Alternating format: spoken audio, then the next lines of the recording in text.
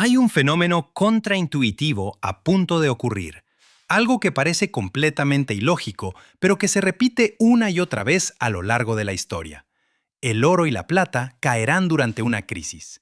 Sí, han oído bien, durante una crisis geopolítica, una guerra potencial con Irán, un choque petrolero o una inestabilidad económica global, el oro y la plata, los refugios definitivos, caerán, al menos al principio, durante la fase 1.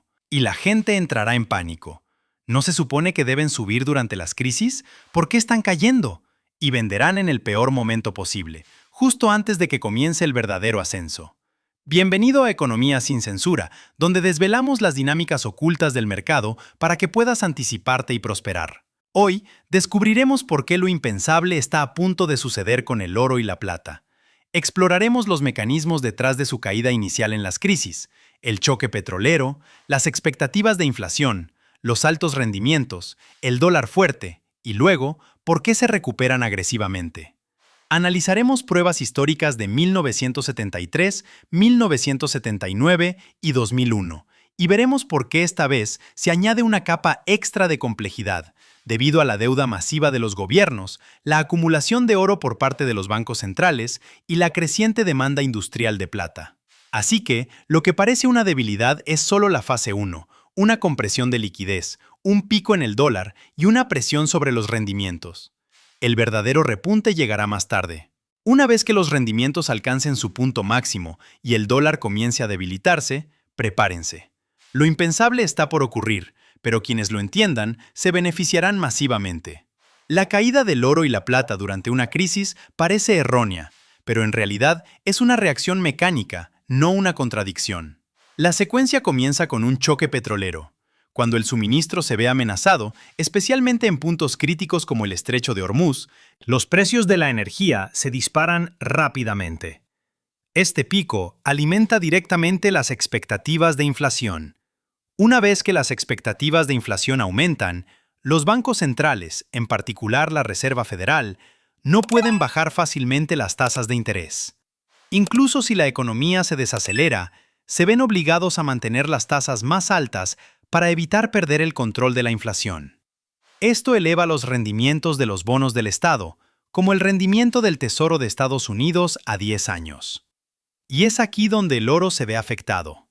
Aquí está la mecánica, paso a paso. Paso 1. Choque petrolero. Una guerra con Irán, el estrecho de Hormuz cerrado o amenazado. El 20 al 30% del suministro mundial de petróleo se interrumpe.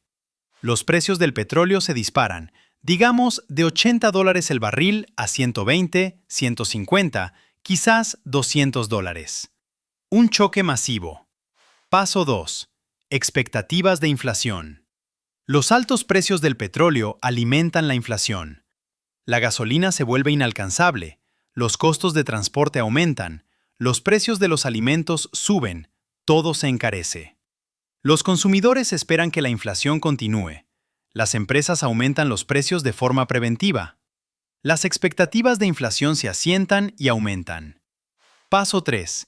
La Fed no puede bajar las tasas. Normalmente, durante una crisis geopolítica, la economía se desacelera. Incertidumbre, inversión pospuesta, consumo reducido.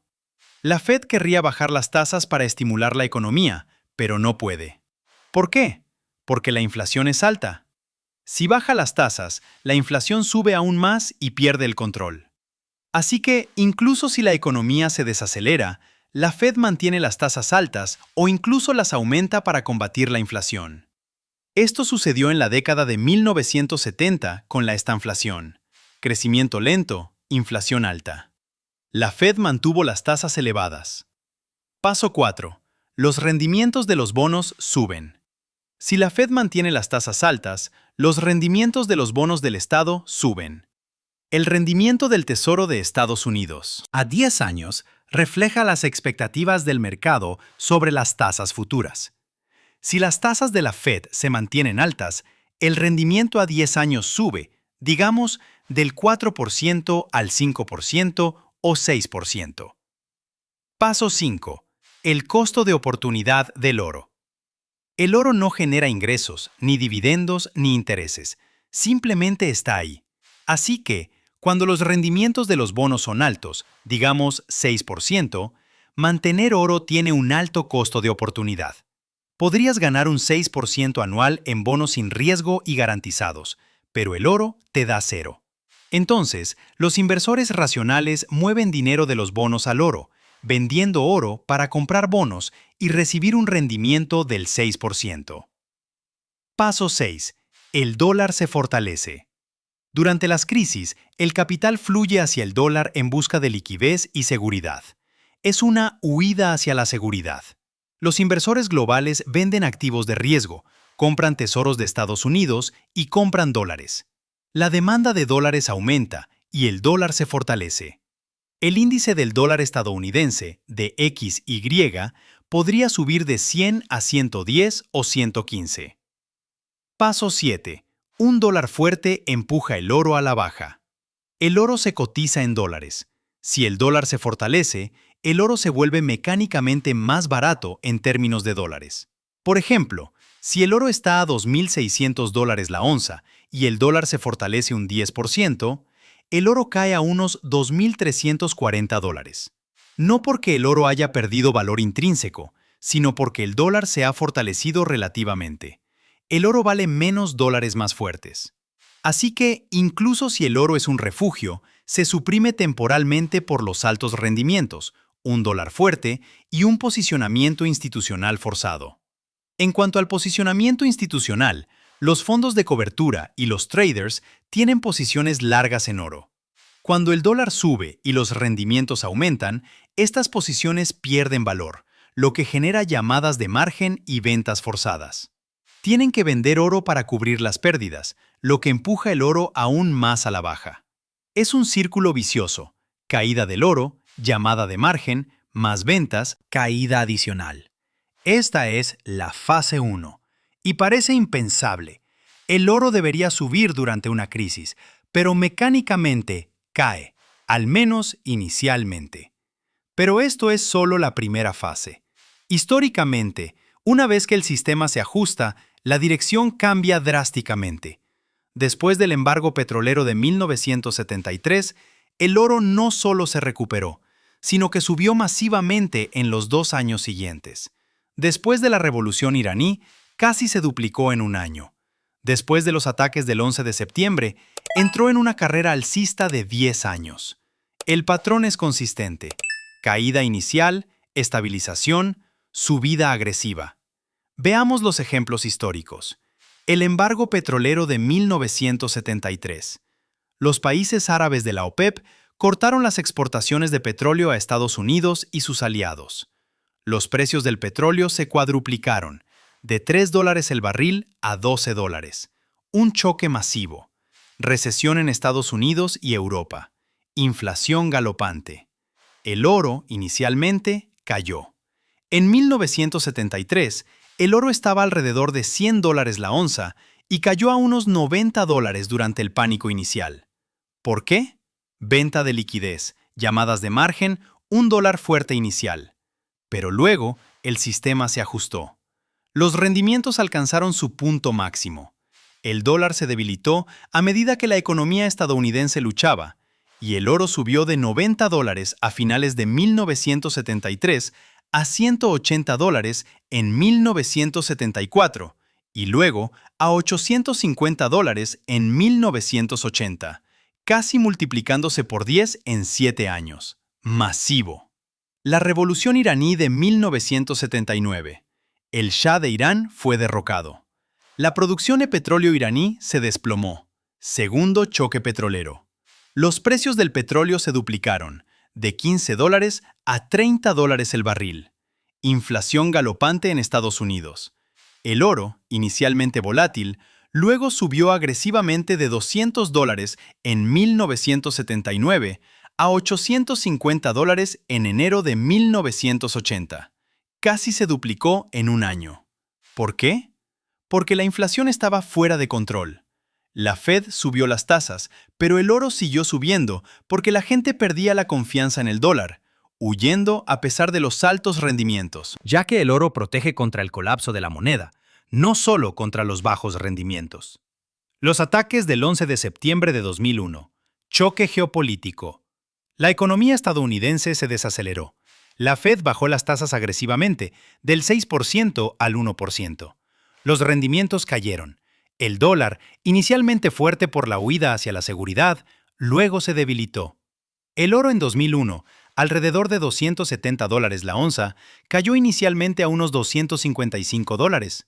Luego se recuperó y entró en una carrera alcista de 10 años, de $270 en 2001 a $1.900 en 2011. ¿Por qué esta vez? Tasas bajas, dólar débil, impresión masiva de la Fed.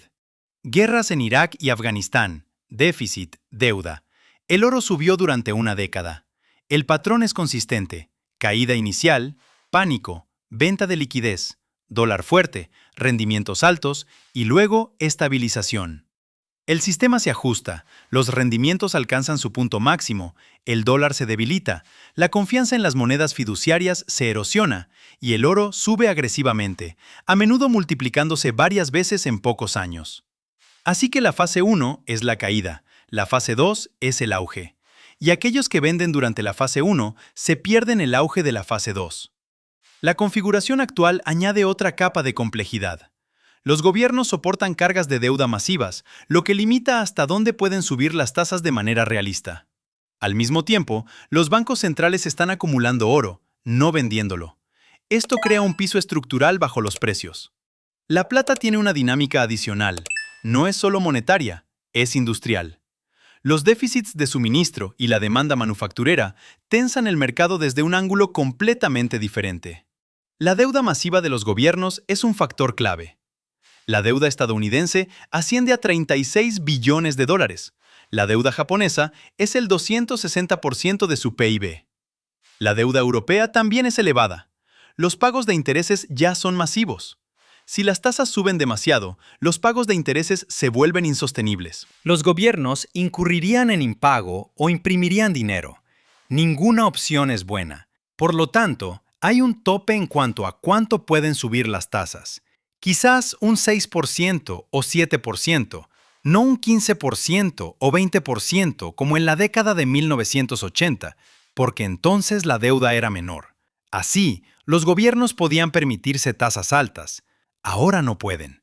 Las tasas subirán, pero no tanto como en los años 70 u 80. Y una vez que alcancen su pico, tendrán que bajar, porque los gobiernos no pueden soportar tasas altas indefinidamente. Los bancos centrales están acumulando oro. China, Rusia, India, Turquía, todos están comprando oro. ¿Por qué están añadiendo a sus reservas? Diversificación lejos del dólar, cobertura contra sanciones, protección contra un posible colapso del dólar. Los bancos centrales compran cientos de toneladas al año. No venden, solo compran. Esto crea una demanda estructural, un piso bajo los precios. Incluso si los inversores occidentales venden, los bancos centrales compran, lo que soporta los precios y evita el colapso. Por lo tanto, el oro tiene un piso estructural, respaldado por las compras de los bancos centrales. La plata tiene una dinámica adicional única. No es solo un activo monetario, es industrial. Se utiliza en paneles solares, electrónica, baterías, dispositivos médicos. La demanda industrial está en constante crecimiento. La transición energética hacia la energía solar, por ejemplo, utiliza plata. La demanda aumenta, pero el suministro es limitado. Hay un déficit de suministro. La producción minera no sigue el ritmo de la demanda. Los inventarios disminuyen. Así que la plata tiene una escasez de suministro, independiente de la demanda monetaria. Incluso si los inversores no compran, la industria sí lo hace, lo que soporta los precios. Y cuando los inversores compran todo, la plata sube más rápido que el oro, porque el mercado es más pequeño y tiene más apalancamiento. Por lo tanto, la plata podría explotar durante la fase 2. Así que lo que parece una debilidad es, por lo general, solo la fase 1, compresión de liquidez, pico del dólar, presión de los rendimientos. El verdadero ascenso suele llegar más tarde, una vez que los rendimientos alcanzan su pico y el dólar comienza a debilitarse. La compresión de liquidez implica un pánico inicial, donde todos venden para obtener efectivo. Oro vendido, plata vendida, acciones vendidas, todo convertido en dólares para obtener liquidez. El pico del dólar se da por la huida hacia la seguridad. Los inversores globales compran dólares. El de XY sube. El oro cae relativamente. La presión de los rendimientos se mantiene porque la Fed mantiene las tasas altas. Los rendimientos de los bonos suben. El costo de oportunidad del oro aumenta. Los inversores se pasan a los bonos. Esta es la fase 1. Dura semanas, quizás meses. ¿Y luego qué? Los rendimientos alcanzan su punto máximo. La Fed se da cuenta de que la economía se está derrumbando. La inflación se desacelera debido a la recesión, y la Fed puede comenzar a bajar las tasas o al menos dejar de subirlas. Los rendimientos de los bonos alcanzan su pico y comienzan a bajar. El costo de oportunidad del oro disminuye. Los bonos se vuelven menos atractivos. El dólar comienza a debilitarse. La recesión estadounidense, el déficit, la impresión de dinero, la confianza en el dólar se erosiona y los inversores se diversifican. Venden dólares, compran oro, yuanes, euros. El de XY cae. El oro sube porque un dólar más débil significa que se necesitan más dólares para comprar la misma onza de oro. Los precios del oro en dólares suben y entonces comienza la fase 2. Un auge masivo del oro y la plata, potencialmente multiplicándose varias veces, como en 1973 a 1980, como en 2001 a 2011, como sucede siempre. Así que aquí está el plan. Fase 1, lo impensable. El oro y la plata caen durante una crisis. Contraintuitivo, pero mecánico. Rendimientos altos, dólar fuerte, compresión de liquidez. No entren en pánico. No vendan. De hecho, compren, porque esta es la configuración. La caída es temporal. Fase 2. El auge. Los rendimientos alcanzan su punto máximo. El dólar se debilita. El oro y la plata explotan. Quienes compraron durante la fase 1 se benefician masivamente. Quienes vendieron durante la fase 1 se lo pierden todo. ¿Qué hacer ahora si poseen oro y plata? Manténganlos. No vendan durante la caída de la fase 1. Si no poseen, esperen la caída de la fase 1 y luego compren agresivamente, porque esta es la configuración. Es la última oportunidad de comprar antes del auge. Si están inseguros, apliquen el promedio de costo en dólares. Compren un poco ahora y más durante la caída. Distribuyan el riesgo, pero no se lo pierdan, porque la historia muestra una y otra vez que el oro y la plata explotan después de los choques petroleros, después de las crisis geopolíticas, después de que los gobiernos imprimen y las monedas se debilitan. Siempre. En conclusión, lo impensable está a punto de ocurrir con el oro y la plata. Caerán durante la crisis inicial, choque petrolero, inflación, altos rendimientos, dólar fuerte. Parece incorrecto, pero es mecánico. Esa es la fase 1. Luego explotarán. Esa es la fase 2. Una vez que los rendimientos alcancen su punto máximo y el dólar se debilite, como en los ciclos de los años 70 y 80 o en la década de 2000, el patrón es consistente. Y esta vez, con una deuda masiva, los bancos centrales comprando y los déficits de suministro de plata, la fase 2 podría ser la más grande de la historia. Así que prepárense, entiendan la mecánica. No entren en pánico durante la fase 1. Compren durante la caída y luego mantengan durante el auge. Lo impensable llega, pero quienes lo entiendan se beneficiarán masivamente. El oro y la plata, el refugio definitivo, solo que con un patrón contraintuitivo. Primero caen, luego explotan.